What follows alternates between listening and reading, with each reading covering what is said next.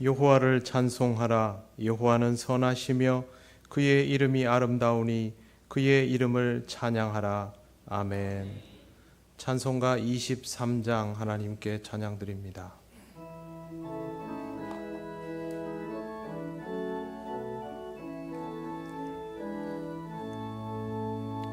만입이 내게 있으면 그 입 다 가지고 내 구주 주시는 종을 늘 찬송하겠네. 내 은혜로시 하나님 날 도와주시고 그 크신 영광 널리 펴 다 알게 하소서. 내 주의 귀한 이름이 날 위로하시고 이 귀의 음악 같으니 참 희락되도다. 내 죄의 권세 깨뜨려 그 결박 부시고 이 추한 마음을 비로소 고정케 하셨네. 아멘.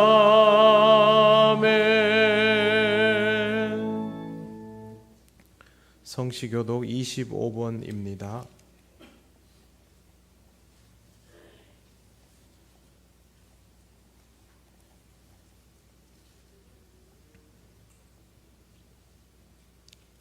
너희 만민들아 손바닥을 치고 즐거운 소리로 하나님께 외칠지어다.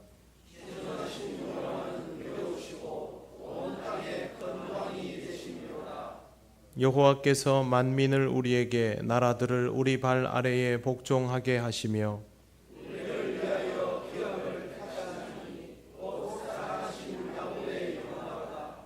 하나님께서 즐거운 함성 중에 올라가시며 여호와께서 나팔 소리 중에 올라가시도다.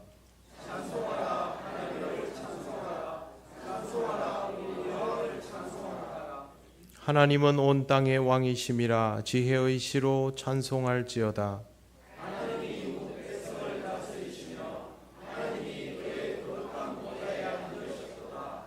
문나라의 고관들이 모임이여 아브라함의 하나님의 백성이 되도다.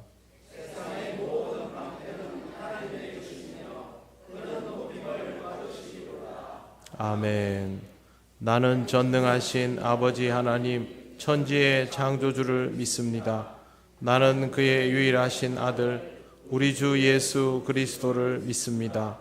그는 성령으로 잉태되어 동정녀 마리아에게서 나시고 본디오 빌라도에게 고난을 받아 십자가에 못 박혀 죽으시고 장사된 지 사흘 만에 죽은 자 가운데서 다시 살아나셨으며 하늘에 오르시어 전능하신 아버지 하나님 우편에 앉아 계시다가 거기로부터 살아있는 자와 죽은 자를 심판하러 오십니다.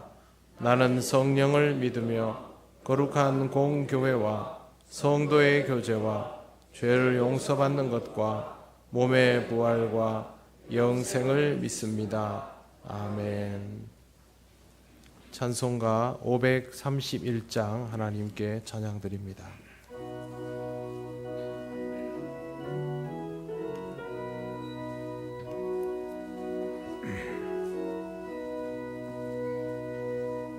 자비한 주께서 부르시네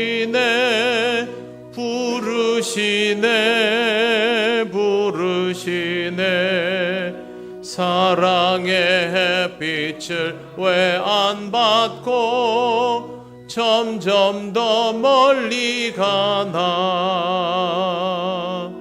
지금 오라 지금 오라 자비한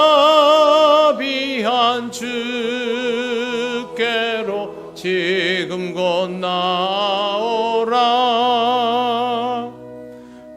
고달파 지친 자 쉬라 하네 쉬라 하네 쉬라 하네 무거운 짐진 자 다 나오라 쉬게 해주시리라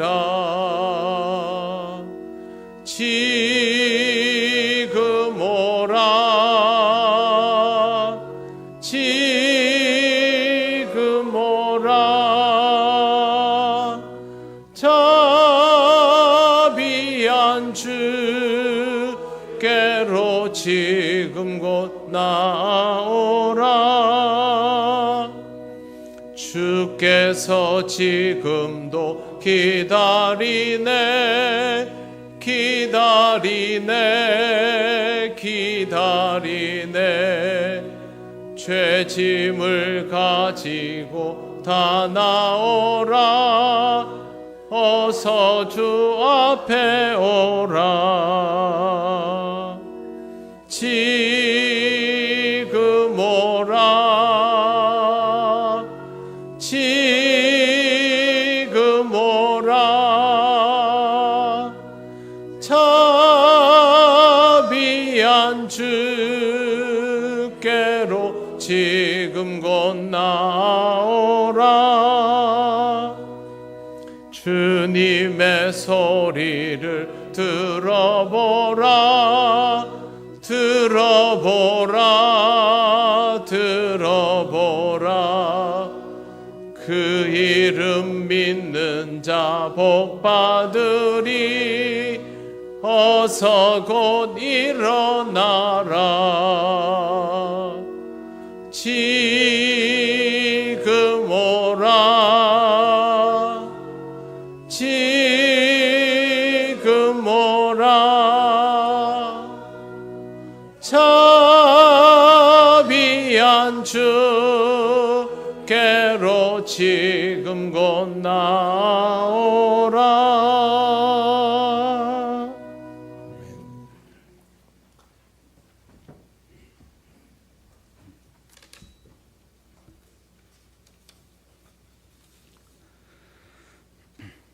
만물의 주관자 되시며 오늘도 살아계셔서 역사하시는 하나님 아버지, 광야와 같은 세상에서 택한 백성들을 가장 안전하고 좋은 길로 인도하여 주시고 오늘도 하나님의 임재가 있는 예배로 불러주신 은혜에 감사를 드립니다.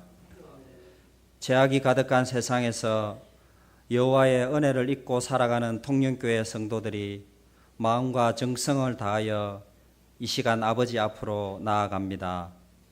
영으로 임하여 주셔서 드려지는 예배를 통하여 영광 받아 주시고 폭염과 장마로 지친 성도들에게 평안과 안식을 허락하시고 사랑하는 가족을 주님 품으로 먼저 보내고 슬픔 중에 장례를 치르는 유가족들을 위로하시고 남은 장례의 절차와 유가족들이 슬픔을 잘 이겨낼 수 있도록 함께하여 주시옵소서.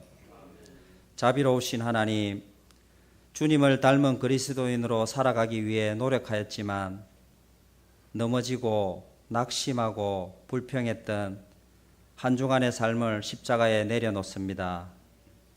주님 용서하여 주시고 보혈의 능력으로 믿음과 사랑과 섬김을 회복시켜 주셔서 주님을 닮은 그리스도인으로 살아가게 하옵소서.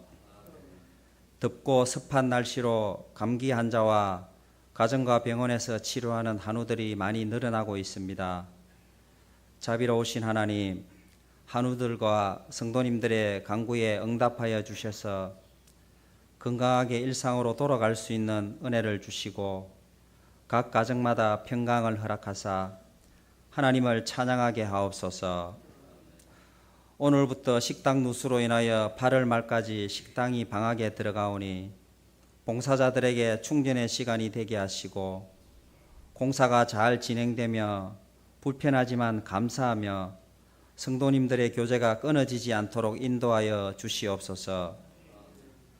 의인의 간구를 들으시는 하나님, 집중호우로 슬픔에 잠겨있는 수재민들을 위로하여 주시기를 간절히 구합니다.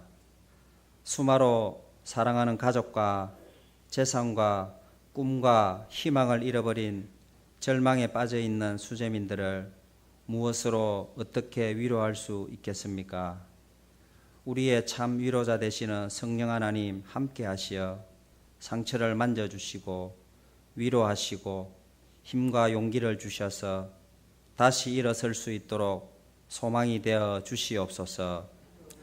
수해 현장을 복구하는 공무원과 군인, 경찰, 자원봉사자들의 건강과 안전을 지켜주시고 구호 물품과 수해 지원금이 적재적소에 잘 지원되게 하시며 한국교회가 수재민들의 슬픔과 상처를 치유하는 일에 함께하게 하옵소서.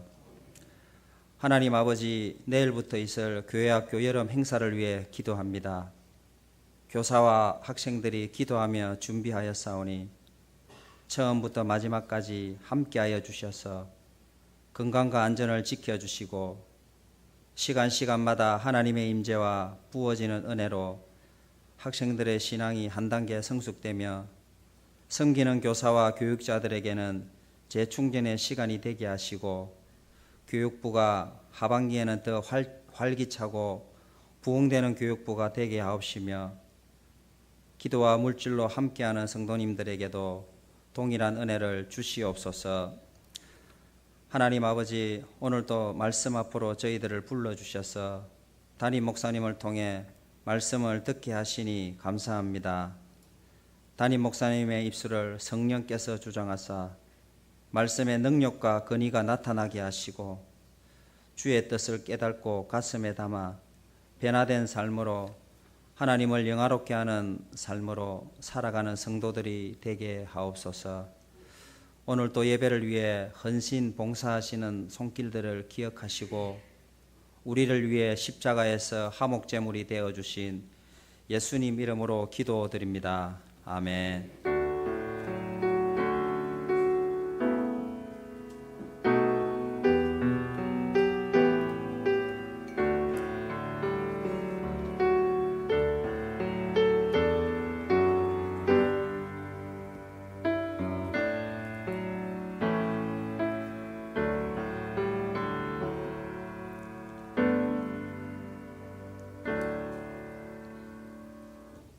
하나님 말씀 출애굽기 3장 1절에서 5절입니다.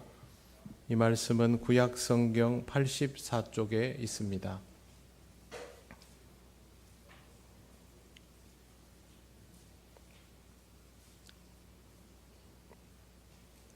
출애굽기 3장 1절에서 5절 말씀을 제가 봉독합니다.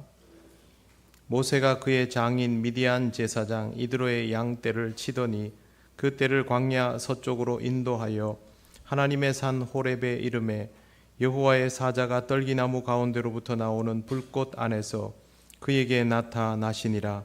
그가 보니 떨기나무에 불이 붙었으나 그 떨기나무가 사라지지 아니하는지라. 이에 모세가 이르되 내가 돌이켜 가서 이 큰 광경을 보리라.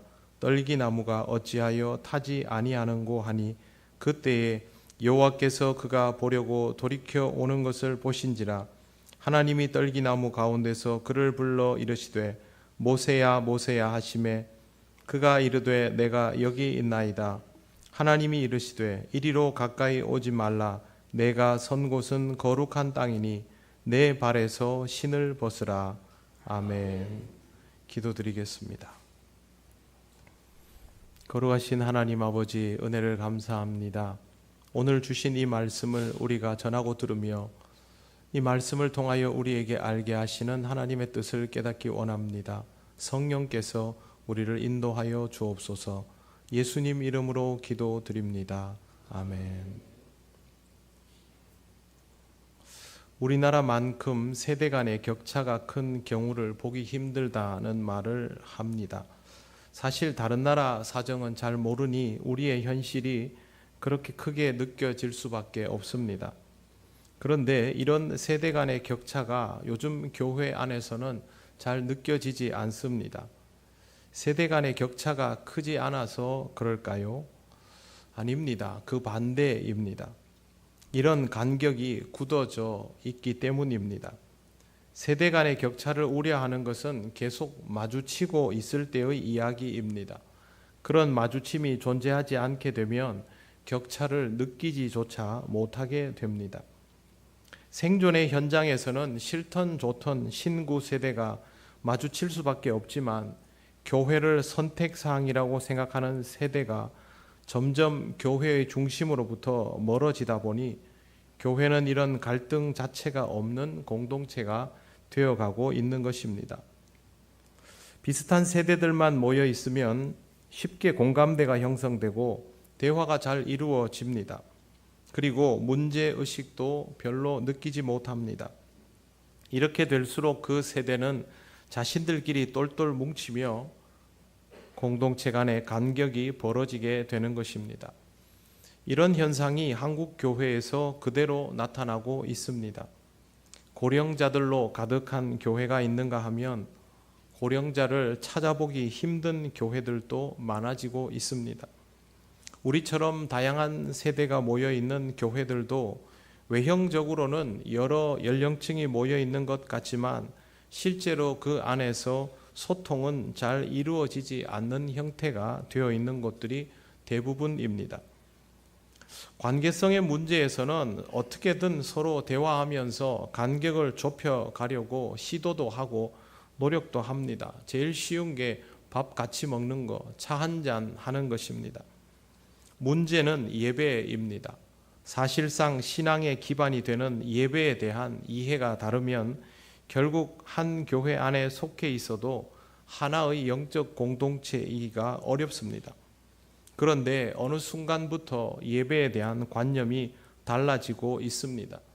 예배를 그렇게 중요하게 생각하지 않는 사람들이 나오기 시작한 것입니다. 상당히 오랜 기간 동안 한국 교회는 예배만 강조해 왔습니다. 그러다가 다음 세대가 예배를 아예 중요하게 생각하지 않게 되어버리니 매우 심각한 위기라고 받아들이게 된 것입니다. 이번 주에 영남 지역 목사 장로 선교 대회를 다녀왔습니다. 선교 대회에서 오랫동안 목회하신 목사님이 예배의 중요성에 대하여 피를 토하듯 선포하는 것을 들었습니다. 100번 옳은 말씀들을 하셨습니다. 모인 모든 사람들이 아멘으로 화답했습니다. 그런데 그곳에 젊은이는 하나도 없었습니다. 40대도 아마 거의 없었을 것입니다. 그러면 예배의 중요성은 우리끼리만 주고받는 이야기가 되고 마는 것입니다. 항상 예배가 중요하다, 예배를 빠지면 안 된다는 말을 합니다. 그런데 왜 예배가 중요한지를 가르쳐 주지를 않습니다. 그리고 더 안타까운 사실은 예배가 무엇인지를 가르쳐 주지도 않습니다. 그러면 예배가 중요하다는 말이 아무 소용없게 되어버립니다. 공부 열심히 해라, 공부 열심히 해라. 제가 제 자녀들에게 수도 없이 했던 말이고 여러분들도 저와 별로 다르지 않을 겁니다. 왜 공부 열심히 해야 합니까? 공부 열심히 해라 라고 말하면 이유를 말해줘야 합니다. 그런데 우리는 이렇게 말해왔습니다. 남들 다 하는 공부를 너는 왜 안 하냐? 이건 이유가 아닙니다. 대학 가야지. 이것도 이유가 될 수 없습니다. 공부가 왜 필요한지를 말해주려면 공부가 무엇인지부터 말해줘야 합니다. 예배는 절대적으로 중요합니다. 반드시 필요합니다. 왜 그럴까요? 예배를 드려라 하고 명령하듯 말하기 전에 예배가 무엇인지부터 말해 주어야 하는 것입니다. 그래야만 예배가 왜 필요한지도 비로소 생각할 수 있게 됩니다. 모세가 호렙산에 올랐습니다. 하나님이 부르셔서가 아니라 양떼를 치다 보니 그곳에 다다르게 되었습니다. 그런데 그곳에서 여호와의 사자를 만납니다. 떨기나무 가운데로부터 나오는 불꽃 안에서 여호와의 사자가 목격된 것입니다. 더 주목해서 보니 떨기나무에 불은 붙어 있는데 나무가 불에 타 없어지지를 않습니다. 이것을 이상히 여긴 모세는 더 가까이 가서 확인하려고 합니다.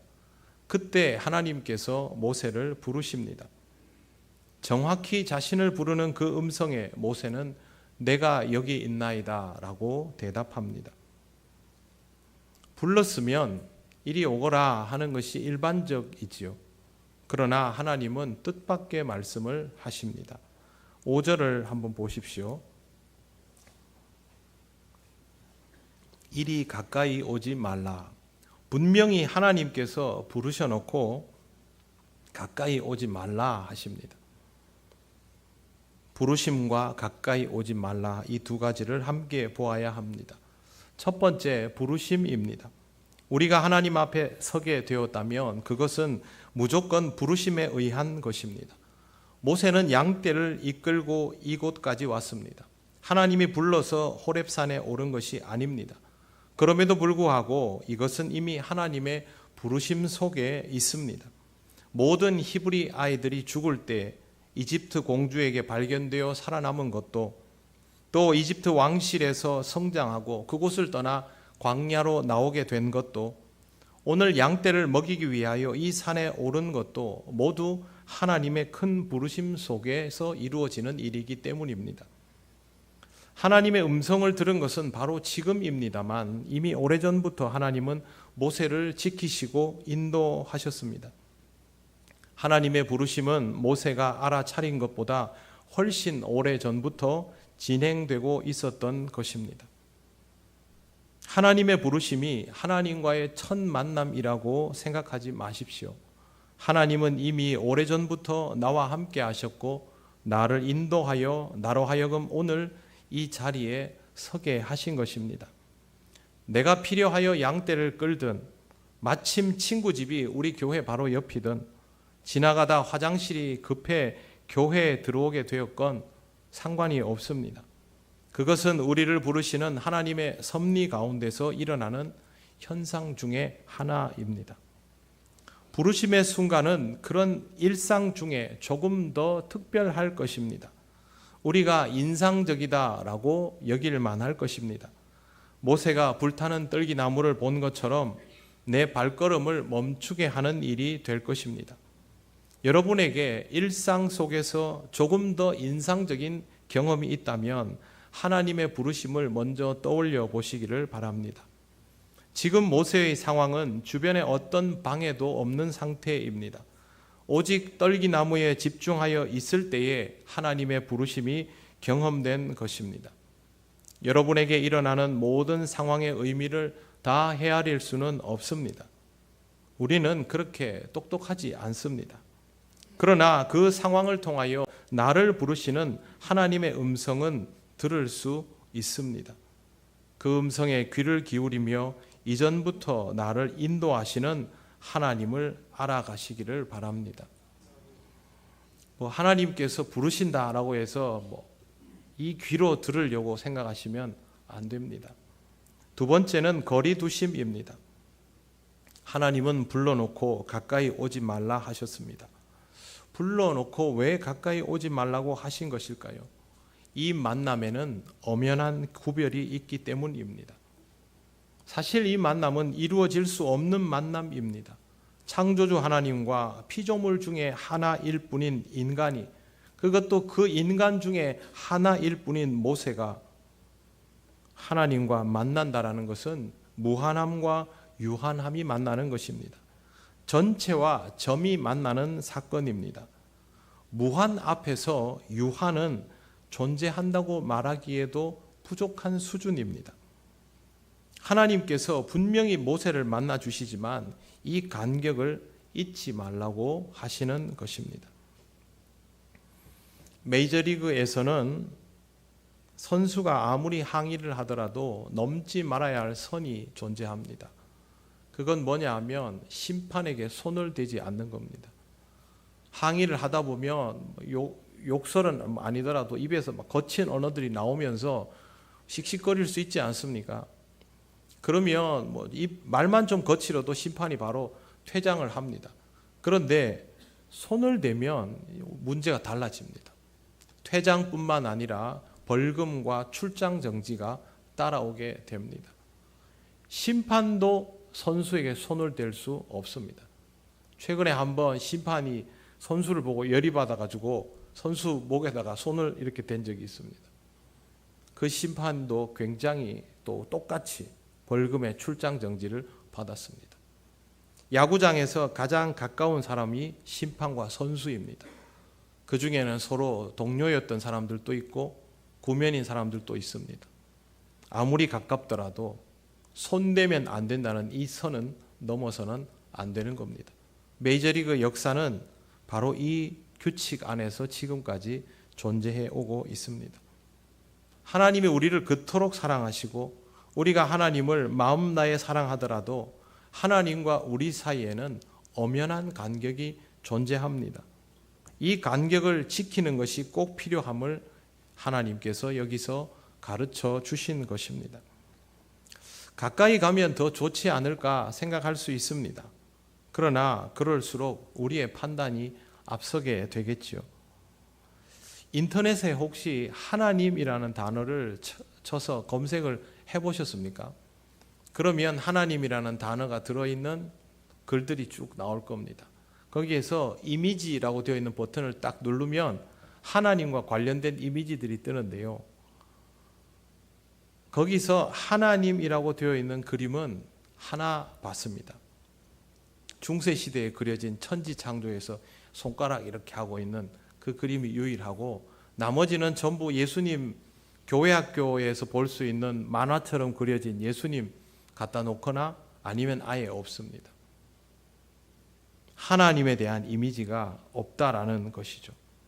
예전에는 하나님을 상징하는 그런 만화적인 그림들이 상당히 교회 학교 교재에 많이 있었습니다만 요즘 그마저도 거의 사라져가고 있습니다.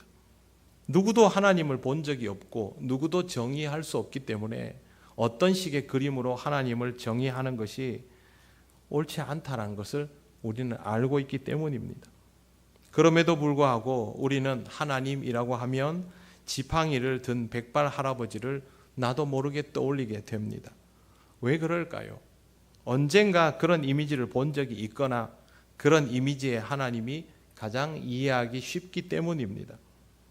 이런 우리에게 하나님께서 만약 모습을 보여주신다면 어떤 현상이 발생하겠습니까?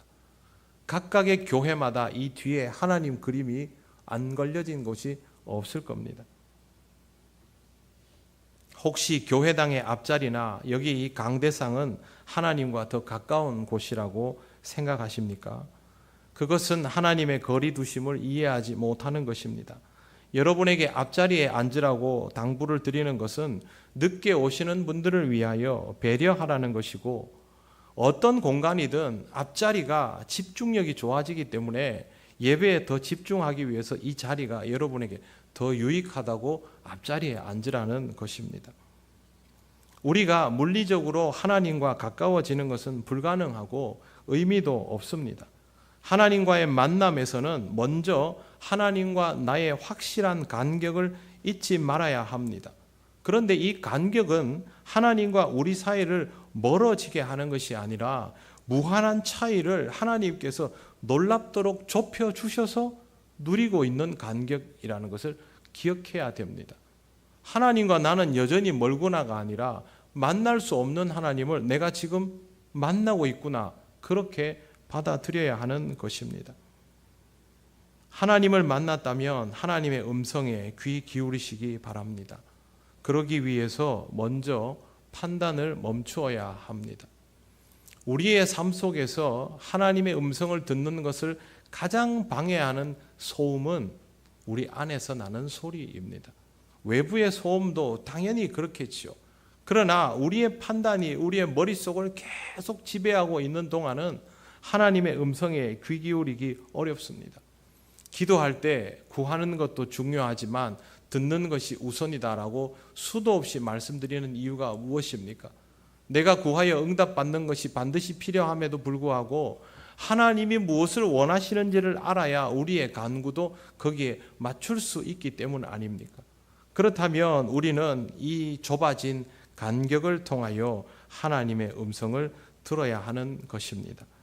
하나님의 음성을 듣지 않으면 우리의 어리석음은 멈추어지지 않습니다. 그러므로 간격이 여전히 남아있다라고 하시지 말고 때를 놓치지 말고 하나님의 음성에 귀를 기울이시기를 바랍니다. 세 번째 하나님의 구체적인 요구는 내가 선 곳은 거룩한 땅이니 내 발에서 신을 벗으라 였습니다. 하나님께서 신을 벗으라 하신 이유는 그곳이 거룩한 땅이기 때문입니다. 그런데 이 땅은 다른 땅과 다를 바 없는 평범한 곳입니다. 모세가 호렙산에 올랐습니다. 오늘 여기가 처음이겠습니까? 40년 광야 생활에서 그럴 리가 있겠습니까? 해마다 때가 되면 이맘때쯤이면 양들을 이끌고 여기 왔었겠지요. 전혀 낯설은 곳이 아닐 겁니다. 지극히 평범하기 짝이 없는 땅에서 그 동네에서 흔해 빠진 떨기나무까지 하나도 특별할 것이 없지만 그러나 여기가 거룩한 땅입니다. 이유는 딱 하나입니다. 하나님이 나타나셨기 때문이죠. 그 순간에도 이 땅은 누군가의 통치 아래에 있는 영토의 일부분일 겁니다. 그러나 하나님은 그곳을 거룩하다 하셨고 그러면 여기는 하나님의 거룩한 땅이 되는 것입니다. 하나님의 통치는 영토가 아닌 상황이다라고 여러 번 말씀드렸습니다. 집에 있는가 교회에 있는가 직장에 있는가 아닌가 그거 중요하지 않습니다. 교회가 인정되는 우리나라에 있는가 아니면 교회의 존재 자체를 위협받는 인도나 중동 같은 곳인가 교회의 존재감이 없는 일본 같은 곳인가 아니면 공산국가인가 그런 거 상관없습니다. 하나님이 현현하시면 그곳은 거룩한 땅이 되는 것입니다. 1914년 1차 대전 중에 성탄절을 맞아 연합군과 독일군들이 본부의 허락도 없이 자발적으로 무기를 내려놓고 휴전했던 사건을 여러분 기억하실 겁니다. 우리나라는 성탄절 휴가가 하루이지만 서양 사람들은 일주일입니다. 12월 19일부터 성탄절까지 거의 일주일을 휴전을 해버렸습니다. 전선이 형성되어 있지 않습니까? 이 전선에서 상당한 숫자의 부대들이 휴전하는 일이 발생한 겁니다. 무인지대에 방치된 전사자들을 묻어주는데 합의했고 돌격하다 적진 참호 앞에 쓰러진 부상병을 치료해 주기까지 했습니다. 돌격 앞으로 해가지고 막 쫓아오다가 적 참호 앞에서 총을 맞고 쓰러지면 그건 죽은 목숨입니다.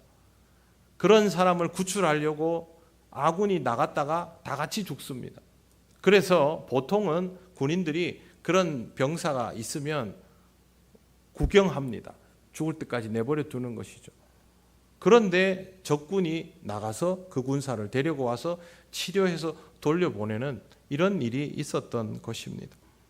급기야 성탄절 밤에는 독일군 참호 언덕에서 독일군이 먼저 노래를 불렀습니다. 소나무야 소나무야 여러분 아시죠? 이 노래를 독일군이 먼저 부른 것입니다.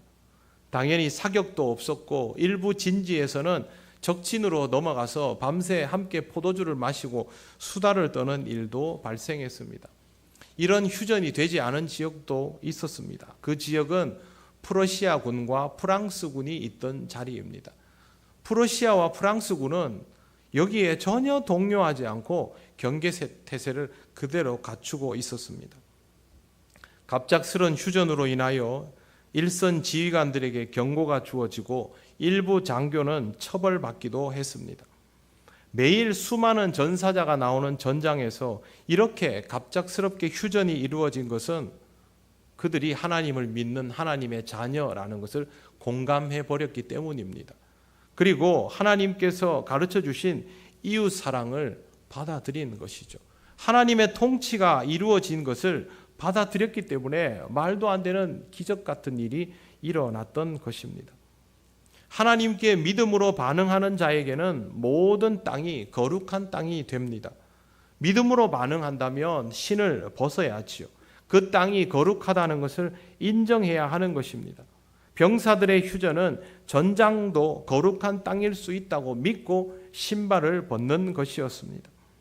사실 우리는 도무지 거룩한 것 같지 않은 곳에서 거룩함과는 거리가 먼 시간을 경험하면서 거룩하지 않은 우리 자신을 발견하며 살아가고 있습니다.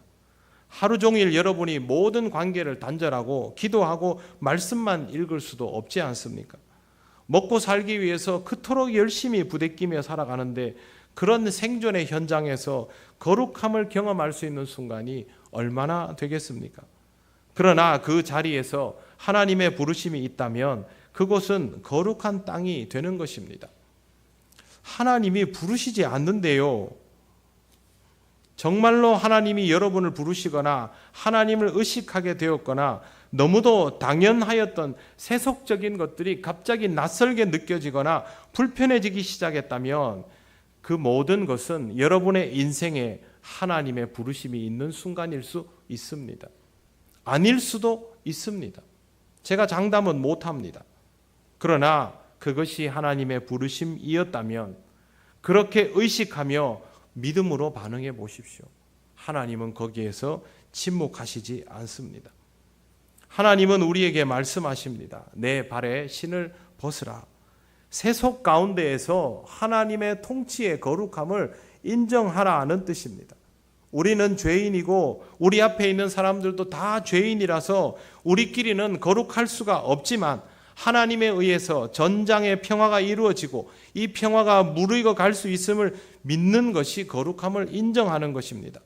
나는 저 사람이 불편하고 저 사람도 나를 불편해하지만 우리가 주님 안에서 동력자가 될 수 있음을 믿으라는 것입니다. 지금 내가 저 사람을 도와준다고 해서 고마워할 것도 아니고 저 사람의 인생이 별로 달라져 보일 것 같지도 않지만 하나님께서 일하시니 저 사람의 인생이 내 인생처럼 내 인생보다 더 나은 모습으로 바뀔 수 있음을 믿는 것도 신발을 벗는 것입니다. 믿음 없이는 세속적일 수밖에 없는 상황과 순간 속에서 믿음으로 반응하는 것이 하나님의 주권적인 통치를 인정하는 것이니 그것이 바로 신을 벗는 것입니다. 그 다음에 하나님은 스스로 누구인지를 밝히십니다. 6절을 보십시오. 또 이르시되 나는 내 조상의 하나님이니 아브라함의 하나님, 이삭의 하나님, 야곱의 하나님이니라. 지금 모세에게 말씀하신 것처럼 하나님은 지금 모세를 처음 만난 것이 아닙니다. 이미 선조들을 만나 오셨습니다. 그 만남 속에 모세와의 만남도 포함되어 있고 히브리인들이 고통받고 신음하자 거기에 응답하기 위하여 이렇게 나타나셔서 모세를 먼저 부르신 것입니다. 그리고 10절 보십시오. 이제 내가 너를 바로에게 보내어 너에게 내 백성 이스라엘 자손을 애굽에서 인도하여 내게 하리라. 하나님께서 모세를 부르신 이유를 이제 말씀하여 주십니다. 모세는 너무 당황해서 내가 누구이기에 바로에게 가며 이스라엘 자손을 애굽에서 인도하여 내리까라고 말하지만 결국에는 하나님의 부르심에 합당한 사람이 되어 갑니다. 이 만남의 과정이 무엇일까요? 이것이 바로 예배입니다. 우리는 예배를 정말 사전적으로 이해하려고 듭니다. 그러니까 예배라고 이름 붙였겠지요. 예를 갖춘 경배. 예배는 경배요 섬김이 맞습니다.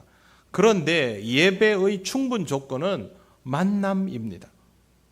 그리고 하나님은 이 만남 속에서 응답하시는 분입니다. 그러니 예배에서 정말 중요한 것은 만남이지요. 예배의 모든 것에는 만남이 전제되어 있습니다. 오늘날 예배에 만남은 없고 열렬함과 애절함만 있습니다. 그것도 필요할 때만 찾는 열렬함과 애절함입니다. 이런 열렬함과 애절함은 너무도 바쁜 택배기사가 집 앞에 경비실 앞에 물건을 두고 가는 것과 같습니다. 내가 할 일은 다 했다. 나는 바빠서 이만. 그분들은 정말 힘들고 바쁩니다. 그래서 충분히 이해가 됩니다. 그러나 예배가 그러면 곤란합니다. 끝날 시간이 먼저 기다려지고 집중도 되지 않고 예배 중에도 내 감정의 동요가 전혀 없고 심지어 두뇌까지 정지되어 있거나 다른 것에 몰두하고 있다면 나는 사실상 예배 속에서 무의식 상태라 할 수 있습니다. 왜 이렇게 될까요? 만남이 없어서 그렇습니다. 여러분 앞에 여러분이 소중히 여기는 사람과 딱 붙어 앉아서 대면하고 있다 생각해 보십시오. 그 사람은 나에게 계속 말을 걸고 있습니다. 여러분 그때 무의식 상태가 되는 게 쉽습니까? 어렵습니다. 내가 소중히 여기는 사람이 내 앞에서 계속 말을 걸고 있는데 내가 이 사람이 소중하다면 어떤 식으로든 저 얘기를 듣고 뭐라도 대답을 해줘야 하는 거 아닙니까? 여러분 집에서 가족이 여러분에게 말을 걸면 하나도 못 알아듣겠고 무슨 말인지 이해가 안 돼도 뭐 어떻게든 듣고 알아차리는 신용이라도 하지 않습니까? 그런데 그게 안 되면 만남이 없는 겁니다.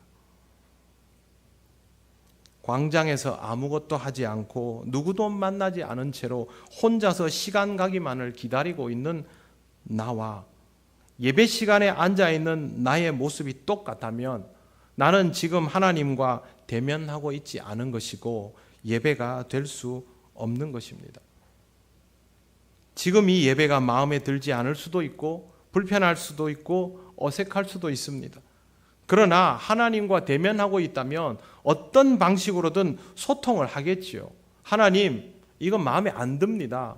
불편합니다. 어색합니다. 저는 지금 그렇게 할 수 있는 상태가 안 됩니다.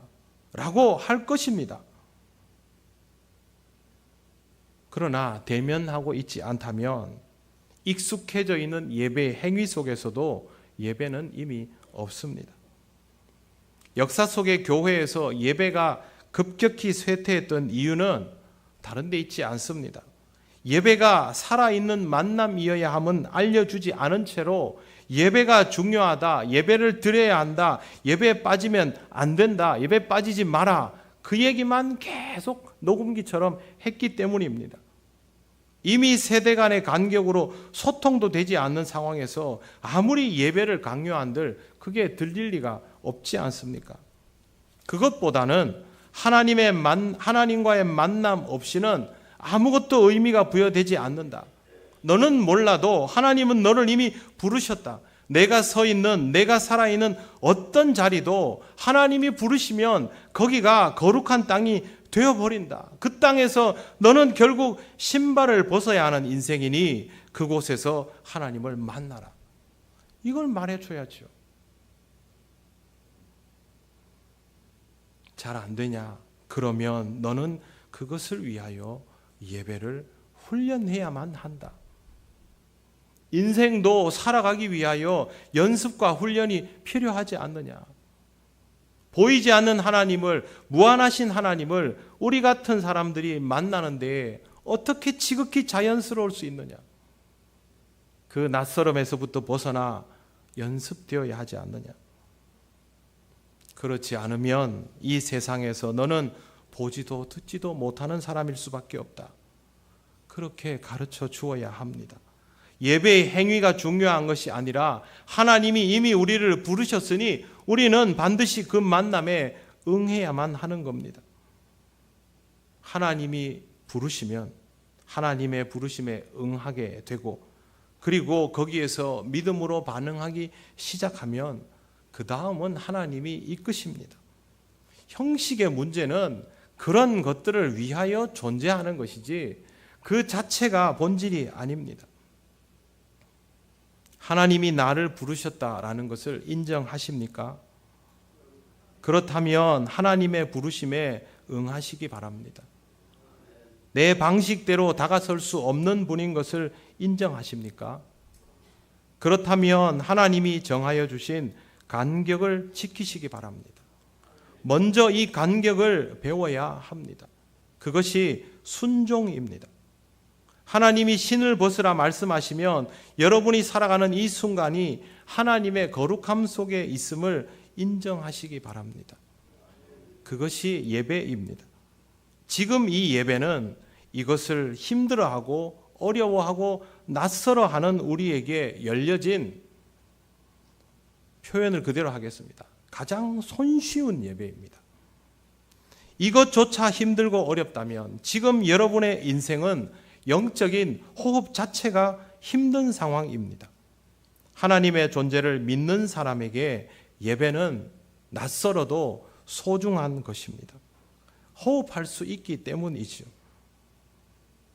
지금 우리가 드리는 예배는 어렵지도 힘들지도 않습니다. 그러니 이 예배를 통하여 호흡법을 배우시기를 바랍니다. 저는 이 자리에서 여러분과 함께 하나님을 만나는 것에 집중합니다. 그래도 하나님의 임재를 보여드리지 못하고 하나님에 대한 설명도 매번 어렵습니다. 그러나 하나님은 이미 우리에게 함께 있습니다. 여러분도 이 자리를 통하여 하나님께 집중하시기를 바랍니다. 누군가를 위하여 이 자리에 있는 거 아니지 않습니까?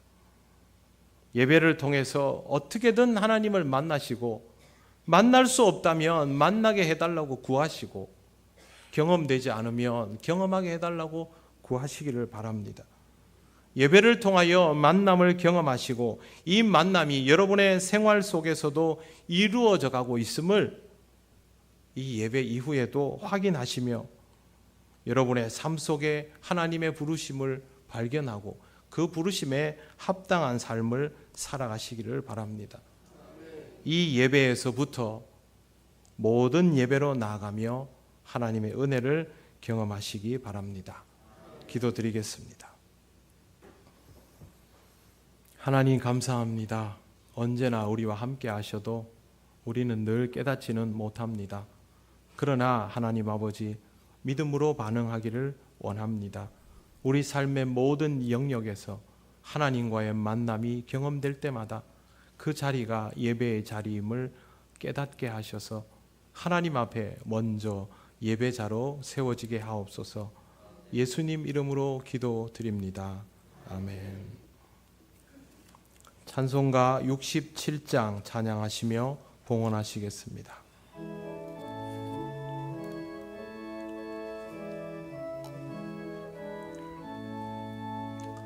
영광의 왕께 다 경배하며 그 크신 사랑 늘 찬송하라. 예부터 영원히 참방패시니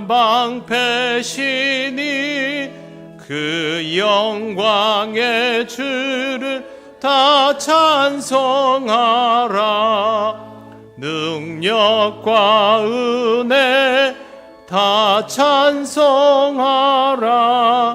그 옷은 햇빛 그 집은 궁창 그 누레 소리로 주노하시고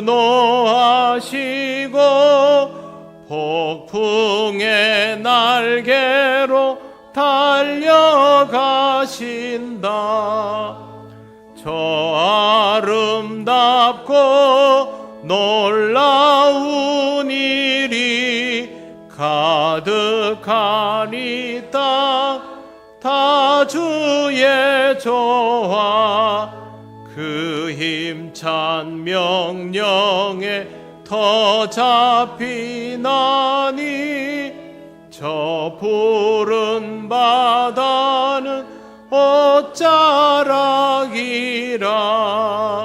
질그릇같이 연약한 인생 주지하여 늘 강건하리. 온 백성 지으신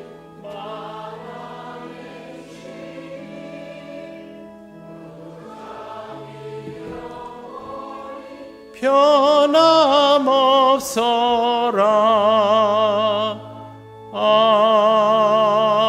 아멘.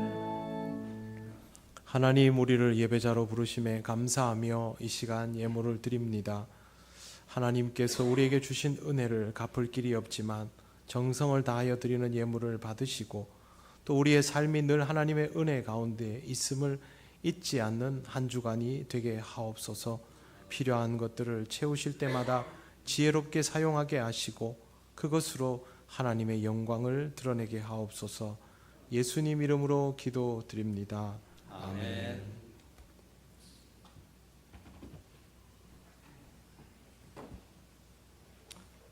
교회 소식 알려드리겠습니다. 예배에 나오신 모든 분들을 환영합니다. 처음 나오신 분은 새가족부의 안내를 받으시기 바랍니다. 교회학교 여름 행사가 내일부터 청소년부를 시작으로 시작이 됩니다. 자세한 일정은 주보를 참조해 주시고 모든 성도님들이 기도로 동참해 주시면 감사하겠습니다. 후원 문의는 이명렬 교육부장님에게 해주시기 바랍니다. 식당 누수 공사로 인하여 오늘부터 8월 말까지 교회 점심 식사를 쉬게 됩니다. 이로 인해 오후 찬양 예배가 2시에서 1시로 변경이 되오니 착오 없으시기 바랍니다. 오늘부터입니다. 그리고 새가족부도 12시 20분에 모이도록 하겠습니다. 남성교회 연합회 실행위원회 및 학예수련회가 7월 29일 토요일 오전 10시 30분에 고성 엘림농원에서 있습니다. 남성교회 회원님들은 많이 참석해 주시고 참석 문의는 최한길 장로님에게 해주시면 되겠습니다. 장례가 있었습니다. 지난 4월에 우리 교회에 새가족으로 등록해 주신 고 유경숙 집사님께서 지난 금요일 날 하나님의 부르심을 받았습니다. 발인 예배가 숭례관 발인실에서 내일 아침 오전 6시 50분에 있습니다. 시간이 되시는 분은 참석해 주시고 또 장례 일정이 잘 마무리될 수 있도록 또 슬픔에서 잘 이길 수 있도록 기도해 주시기 바랍니다. 이상입니다.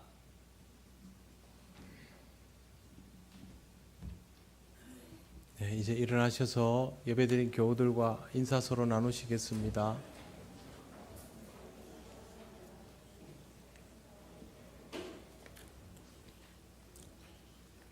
찬송가 635장 주기도문 찬양 드립니다.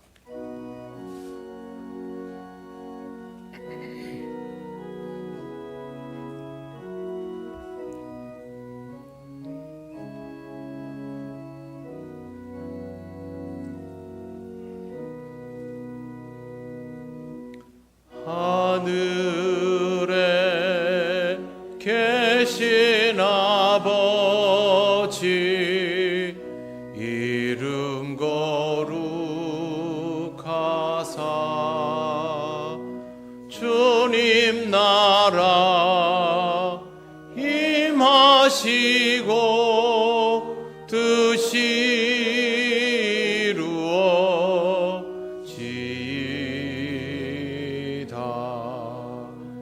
일용할 양식 주시고 우리들의 큰 죄 다 용서하옵시고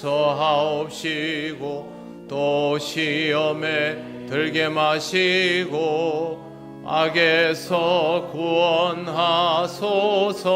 대개 주의 나라 주의 권세 주의 영광 영원히